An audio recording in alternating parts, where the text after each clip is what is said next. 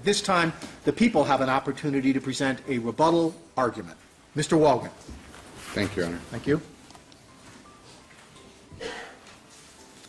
Good afternoon. I will be brief, ladies and gentlemen, but I do want to touch on a few things that were stated by Mr. Chernoff. First of all, let's be absolutely clear. We are here for one reason and one reason only, and that is because of the actions and the failures to act of Conrad Murray. Now, the cameras may be here because of Michael Jackson, but we are here because of the actions of Conrad Murray, because of the bizarre, grossly negligent, criminally negligent actions of Conrad Murray that caused the death of Michael Jackson. That is why we are here. So don't be fooled by statements of Mr. Chernoff that the only reason this case is here is because Michael Jackson. What Conrad Murray did has never been done before. You heard from the experts in this case. No one has ever seen propofol administered outside of a hospital setting, let alone in a bedroom, in a remote upstairs room such as what occurred in this case. No expert has ever heard of such a thing. This is not just kind of a deviation or an error in judgment. This is criminal, gross negligence, administering an agent that causes respiratory failure if not used properly, that causes death, and doing it as a one-man operation with no equipment, no safety measures, nothing. This has never been seen before. This is bizarre, unethical, unconscionable behavior. That is why we are here. Mr. Chernoff spoke about that somehow he said, I discounted the character witnesses. Actually, that's not what I said at all. What I said is I'm certain they believe every word they said. I'm certain their hearts were treated in a hospital setting with monitors and backup personnel, and they got the treatment they deserved. What I did say is that is in stark contrast to what Michael Jackson got from Conrad Murray. He did not have monitors or a team or a hospital setting, nor was he being treated for a heart condition. He was being treated for apparently insomnia, something of which Conrad Murray knows nothing about. What I did say additionally about the character witnesses is why didn't they call on a witness that was being currently treated by Conrad Murray instead of calling some from a decade past? But I'm certain when they were treated in a hospital with a heart monitor and backup personnel and all the care and the paperwork and the safety measures, I'm sure they did receive good care. That has nothing to do with the care or lack thereof given to Michael Jackson in this case. Poor Conrad Murray. Everyone is just working against him. They blame Alyssa Fleek. They blame Alberto Alvarez. They blame Dr. Schaefer. They blame Kai Chase. They blame AEG. They blame Randy Phillips, Michael Amir Williams, Fahim Muhammad, Arnold Klein. Everybody but Conrad Murray. Poor Conrad Murray. Remember back when they called Mr. Rubin to the stand, and they inquired of Mr. Rubin, what was Conrad Murray's demeanor like? Wasn't he grieving? Didn't he appear sad? Mr. Rubin commented on, yeah, he seemed, I don't remember what his exact words were, but he seemed that he was upset or whatever his exact words may have been. Because it's about Conrad Murray. How was he grieving? What were his emotions like? Poor Conrad Murray. Then I asked Mr. Rubin, let's talk about demeanor. Let's talk about grieving. Let's talk about what you witnessed.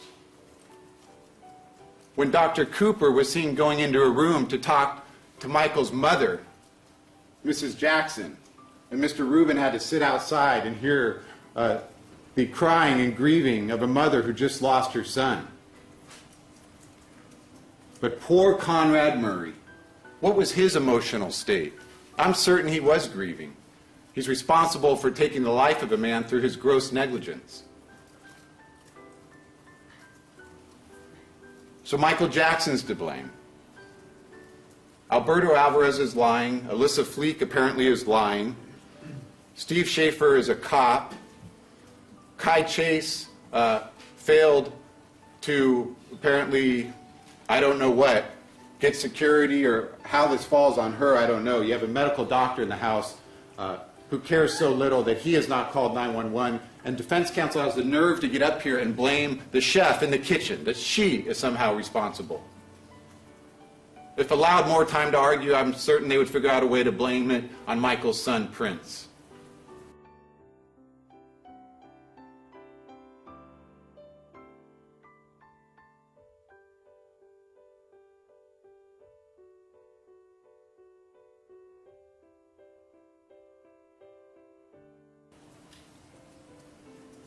Everyone is to blame but Conrad Murray. You know, if Alberto Alvarez wanted to lie or come up with some tale to, for unknown reasons, pin some case on Conrad Murray, he could have done a lot better than this bizarre saline bag with a bottle in it. He told you what he saw. He told you what he saw. And Alyssa Fleek told you that when she went into the Costco bag, she found the bottle inside the cut saline bag. But now it's a conspiracy between this coroner's investigator, Alyssa Fleek, the security guard, Alberto Alvarez. Neither one of them knowing that this bottle or bag has any significance whatsoever. But they're now in a conspiracy because poor Conrad Murray. Counsel comments on this, the bizarre bag. Why would the bottle be in it? Everything Conrad Murray did in his treatment was bizarre. He waited 20 minutes to even bother to have someone call 911. That is bizarre. He gave propofol to an individual every night in a bedroom for 2 months. That is bizarre. He lied to the paramedics about giving propofol. He lied to the UCLA surgeons about giving propofol. That is bizarre. Does it surprise you that he would have some unusual setup for the saline bag? Again, we don't know why it was set up that way. As I mentioned earlier, maybe it somehow hid it a little bit in case Michael's children came in. We don't know. We do know from Conrad Murray that Michael was sensitive to getting all the medical stuff cleaned up each day. But everything this doctor did was bizarre. None of it was consistent with a trained, competent medical doctor who was putting his patient first. Michael Jackson, it's his fault. It's his fault that Conrad Murray left him alone in the room. It's his fault. Did Michael Jackson, as I stated earlier, seek the propofol to help him sleep? No doubt about it. But there's a list of doctors that said no, because that would be dangerous and harmful. And there's one doctor that said yes. For $150,000 a month, yes. Poor Conrad Murray. Michael Jackson is dead. And we have to hear about poor Conrad Murray. And no doctor knows what it's like to be in his shoes. You've got that right. Because I have not seen a doctor in this case who testified that they would ever do what Conrad Murray did. Ever. Including the defense experts. Now, we didn't hear anything about Dr. White's science, did we? All the simulations, all his theories about the simulation and the urine, we didn't hear a word about it. Because, as I said before, it was junk science. Steve Schaefer came in here pro bono, no payment, and told the truth. He provided simulations. The simulations defense counsel ridicules, Steve Schaefer told you he rejected. He was giving you examples. He told you on the stand before the defense even questioned him that he rejected those simulations.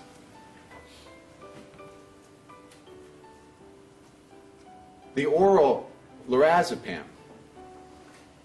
Steve Schaefer said that that would be possible as long as it was outside the 4-hour window. He didn't say that didn't happen. He said it wouldn't happen at 10 o'clock a.m. as the defense was trying to put forth in their hypothetical. He said that's impossible based on the absorption in the science. But it could have happened sooner, sure. And we don't know if it did happen, if it happened by Conrad Murray giving him some pills to help him sleep. We don't know. According to Dr. White, though, it would have happened when, again, Conrad Murray was out of the room once again. Conrad Murray is a medical doctor that assumed the care of Michael Jackson. It doesn't change because it's even in a more bizarre scenario of being in a bedroom. If he was a medical doctor in a hospital, in a clinic, in a surgery suite, he has a legal duty of care to monitor and ensure the safety of his patient that is under his care. The law recognizes this as a legal duty.